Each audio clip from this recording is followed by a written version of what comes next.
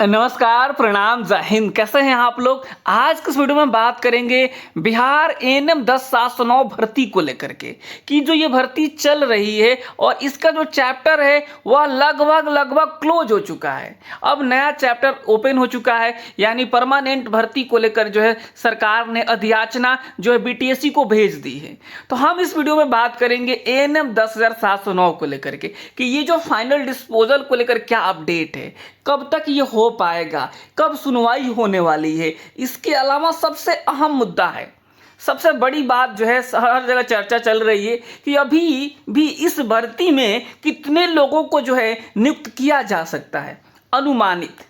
अनुमानित पूरी जानकारी आपको हम इस वीडियो में देने वाले हैं, तो आप इस वीडियो को पूरा देखिएगा, समझिएगा क्या है इस भर्ती का जो है अभी मामला, उसको भी आप समझेंगे। देखिए, एक तरीके से कहेंगे कि मैक्सिमम लोगों की जो है सैलरी मिल चुकी है, मैक्सिमम लोगों की सैलरी मिल चुकी है। बहुत ही ऐसे कम लोग बचे हैं जिनको सैलरी नहीं मिली है। जिनको नहीं मिली है उनको भी बहुत जल्द मिल जाएगा, और जो है मैक्सिमम लोगों को तो मिल ही चुका है। ठीक है, तो चलिए हम इस वीडियो को स्टार्ट करते हैं और एक एक करके आपको सारी जानकारी देने की कोशिश करते हैं।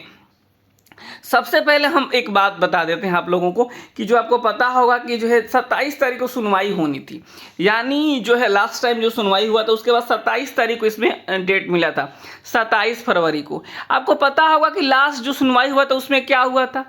उसमें जो है जज साहब के द्वारा जो है कहा गया था, क्योंकि आपको पता है कि 2018 नियमावली वाले जो लोग हैं उन्होंने जो है पीछे हट के एक तरीके से ना कहेंगे कि जो है ये जो नियमावली की जो बात थी वो समाप्त हो चुकी है। अब जो है बात पंचायती पे आकर रुकी हुई है। ठीक है, पंचायती एक तरीके से आप समझेंगे कुल मिलाकर के ऐसा कि जो है जो सीटें जो है बची हुई है, क्योंकि आपको पता होना चाहिए कि जो है 10,709 की भर्ती थी और 7400 समथिंग लोग इसमें ज्वाइन किए हुए हैं। ठीक है, तो अब जो सीटें बची है उस पर लोग चाह रहे हैं कि जो लोग आईए में गए हैं या फिर जो हाई कोर्ट में पिटिशनर थे उन लोगों का हो जाए। इस तरीके से अब बातें चल रही है। नियमावली की बात जो है खत्म हो चुकी है, लगभग खत्म हो चुका है। तो क्या होने वाला है इसके ऊपर बात तो करेंगे ही करेंगे। अभी हम फिलहाल आप समझेंगे कि जो 27 तारीख को जो सुनवाई होना था, देखिए आपको पता है, सबको पता हो चुका है अब तो कि सबसे पहले जो है कंप्यूटर जनरेटेड डेट आता है, उसके बाद कॉज लिस्ट आता है। कॉज लिस्ट में जब केस लगा रहता है तो सुनवाई की जो है संभावना बढ़ जाती है और सुनवाई होती भी है। लेकिन इसमें क्या हुआ, कॉज लिस्ट में केस आया ही नहीं है। कॉज लिस्ट में क्या जी, केस नहीं आया है। तो आप ये समझेंगे कि आपको 27 फरवरी को जो है आपका सुनवाई नहीं होने वाला है। अब जो ये सुनवाई होगी, संभावना इस बात की जताई जा रही है कि अप्रॉक्स 15 मार्च के आसपास होगी, यानी मार्च में होगी। अब जो होली के बाद ही इसमें डेट आपको देखने को मिलेगा। जो भी डेट मिलेगा मैं आपको आगे बताऊंगा। फिलहाल आप समझेंगे कि राहत भरी खबर है कि जो है 27 तारीख को सुनवाई नहीं होने वाली है। अब हम आगे चलते हैं और आगे चलते हैं, ये बात आप लोग समझ गए। अब जो सबसे बड़ा है मुद्दा कि अभी इसमें कितने लोगों की नियुक्ति संभव है। नियुक्ति संभव है क्योंकि आपको पता है पिछली बार जब सुनवाई हुई थी तो उसमें जो इस बात पे जोर दिया गया था कि जो सीटें बची हुई है उन सीटों पे जो आईए में जो लोग गए हुए हैं या फिर अन्य जो लोग हैं पिटिशनर हैं उनको जो इसमें शामिल कर लिया जाए। और सरकार को जो है एक तरीके से कहेंगे कि सुझाव दिया गया है और जो है सरकार ने कहा कि ठीक है हम इसको देखते हैं। अब जो है एक बात आई है कि कितने सीटें खाली है। देखिए, जो लिस्ट जारी हुआ था, लिस्ट जारी होने के बाद से अप्रॉक्स जो है आंकड़ा की अगर हम बात करें, एग्जैक्ट आंकड़ा तो कोई नहीं बता सकता, लेकिन मैं आपको अप्रॉक्स वाला बता देता हूँ। 250 से लेकर के 300 लोग जो है ज्वाइन नहीं किए हैं। तो ये सीटें अभी खाली है, ध्यान से आप समझिएगा। 100 सीट जो है सरकार ने रिजर्व किया हुआ था, 100 सीट जो रिजर्व किया गया था ये बाकी है। इसके अलावा जो पीएच के कैंडिडेट हैं, जो पीएच वाली सीटें थी जो खाली रह गई थी, अप्रॉक्स 300 के आसपास सुनने में ऐसा आया है। मतलब कि एक तरीके से आप कहेंगे कि जो है एग्जैक्ट तो कोई नहीं बता सकता है, लेकिन सुनने में ऐसा आया है कि इसको भी आपको जो है यूआर कैटेगरी में शायद कन्वर्ट करने की बातें जो है निकली है। तो आप ओवरऑल हम बात करेंगे, अप्रॉक्स की बात करेंगे तो यहाँ पे 300 हो गया, एक 400 हो गया और यहाँ पे जो है 250 हो गया, यानी 650 700 के आसपास जो है सरकार के पास इसमें सीटें हैं। ठीक है, अब 650-700 सीटें हैं। इसके अलावा जो लोग कह रहे हैं कि जो है बाकी जो सीटें खाली है उस पर सरकार क्या करेगी नहीं करेगी, तो ये सरकार अंदर की बातें हैं, इस पर कोई जो है चर्चा नहीं किया जा सकता है। लेकिन अप्रॉक्स जहाँ तक मेरी समझ है, जहाँ तक मुझे नज़र आ रही है, जहाँ तक जो हमें पता चली है जो बातें, कि 600-700 सीटें जो है हो सकता है कि इसमें कुछ ना कुछ हो जाए।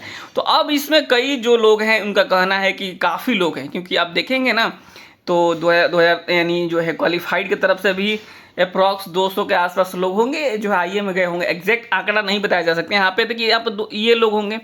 इसके अलावा जो है आपको पता है कि 18 वालों का भी जो है कि भाई हमारा हो जाए तो हमारा हो जाए, तो उधर से बहुत ज़्यादा लोग हैं।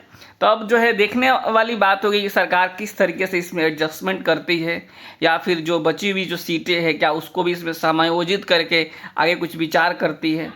ठीक है, तो अब आने वाले दिनों में देखना होगा क्या सरकार के मन में ऐसा है कि वो सेकेंड लिस्ट जारी कर दे, वेटिंग लिस्ट जारी कर दे, और जो लोग एक आध नंबरों से 2-3 नंबरों से छूट गए उन्हें ले ले। अब तो ये जो है संभावनाओं की बात चल रही है। एग्जैक्ट बात तो सरकार के साथ जब मीटिंग होगी, सरकार के जो वकील हैं मनीष सर, उनके साथ जो मीटिंग की जाएगी सुप्रीम कोर्ट में, सारे वकील बैठेंगे, चाहे वो सम्मान वर्धन गौतम सर हों, या फिर जो है मनीष शरण सर हों, चाहे वो भीगिरी सर हों, चाहे अन्य जो लोग हैं, सब लोग बैठेंगे। और बैठने के बाद से जब वहाँ पे बातें चलेगी तो पता चल के आएगा कि एग्जैक्ट फिगर क्या है टोटल। हम लोग तो अभी अनुमान लगा रहे हैं कि ये अप्रॉक्स इतने लोग ज्वाइन नहीं किए होंगे, और जो है ये पीएच वाली सीटें थी, और ये तमाम बातें। ठीक है, तो अब जो है देखने वाली बात होगी कि इसमें जो है सरकार कितने लोगों को समायोजित कर पाती है, कितने लोगों को इसमें नियुक्ति दे पाती है। एग्जैक्ट आंकड़ा ना तो हम बता सकते हैं, ना तो कोई बता सकता है। एग्जैक्ट आंकड़ा सरकार ही बताएगी, और ये बात मीटिंग में ही निकल कर आएगी। फिलहाल संभावना इस बात की पूरी है कि अभी भी इसमें कुछ लोगों की नियुक्ति होनी है। कितने लोगों की नियुक्ति होनी है ये आने वाला दिन बताएगा। मतलब अभी भी बहुत सारे ऐसे लोग हैं जिनके यहाँ खुशियाँ मिलने वाली है, ये बात है।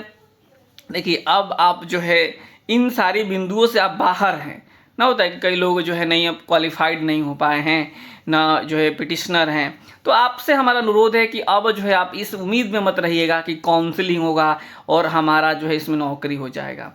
अब जो है अगर आप इन सब चीज़ों से परे हैं तो आपसे मेरा अनुरोध रहेगा कि आप कहीं से भी आप अपनी पढ़ाई को शुरू कर दीजिए।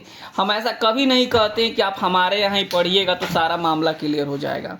देखिए, अगर आप अच्छे से कहीं भी पढ़ते हैं, सेल्फ स्टडी करते हैं, साथ ही साथ प्रैक्टिस सेट वगैरह लगाते हैं, तो बहुत हद तक जो है आपका सिलेबस कवर हो जाएगा।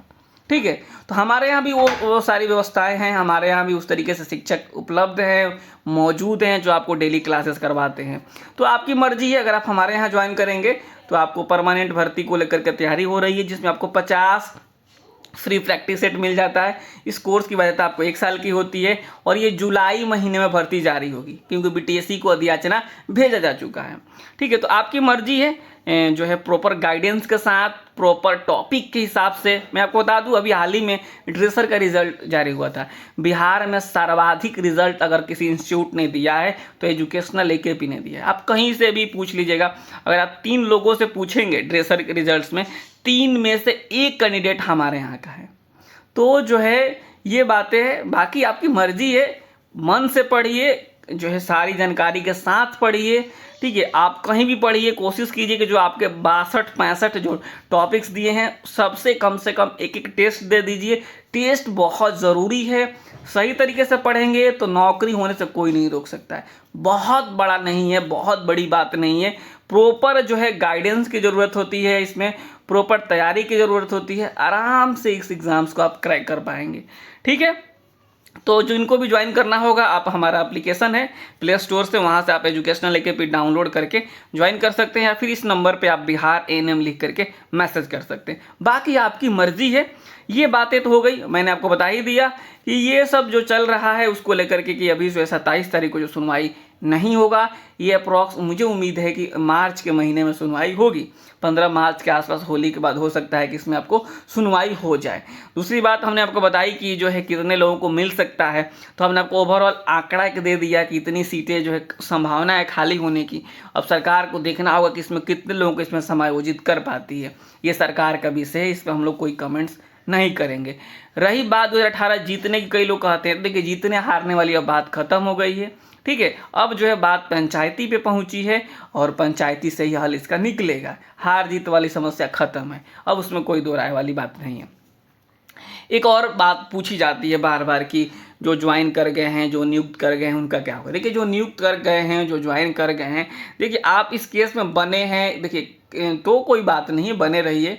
लेकिन एक ना होता है कि मन में जो है डर रहता है कि कल को ऐसा कुछ नोटिस निकल जाए कि हमें हटा दिया जाएगा। ऐसी कोई बात नहीं है कि अब हटा दिया जाएगा। 6-6 महीने 7-7 महीने की आपको सैलरी मिल चुकी है, तो हटाने वाली कोई संभावना नहीं है।